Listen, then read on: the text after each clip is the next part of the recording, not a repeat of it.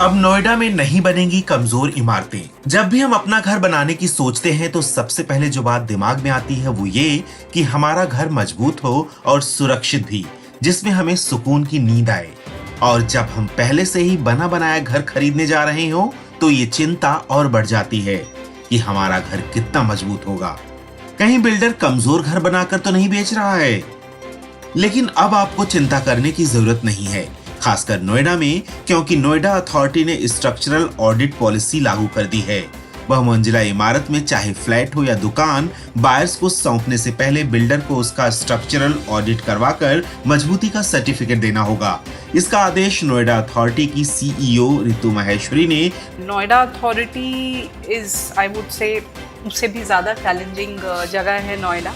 और यहाँ का इंटरेस्टिंग और अच्छा एस्पेक्ट ये है कि यहाँ पे it is a integrated model of development, right. और नोएडा शहर में अथॉरिटी या म्यूनिसिपल फंक्शंस नोएडा अथॉरिटी देखती है तो पॉलिसी की गाइडलाइंस के साथ जारी कर दिया है।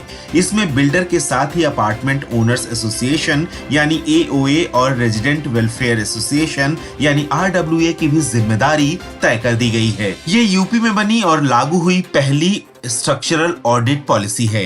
नोएडा अथॉरिटी की तरफ से जारी की गई स्ट्रक्चरल ऑडिट की पॉलिसी पूरी तरह से फ्लैट बायर्स को ध्यान में रखकर तैयार की गई है। किसी भी टावर के 25% या इससे ज्यादा फ्लैट बायर्स को लगता है कि उनकी बिल्डिंग का स्ट्रक्चर कमजोर है तो वो अथॉरिटी में शिकायत कर सकते हैं। शिकायत पर अथॉरिटी अपनी कमेटी से जांच कराएगी। अगर छोटी समस्या मिलती है तो अथॉरिटी उसका निस्तारण बिल्डर, AOA, RWA में से जिसकी भी जिम्मेदारी होगी उससे 3 महीने में करवाने को नोटिस जारी करेगी।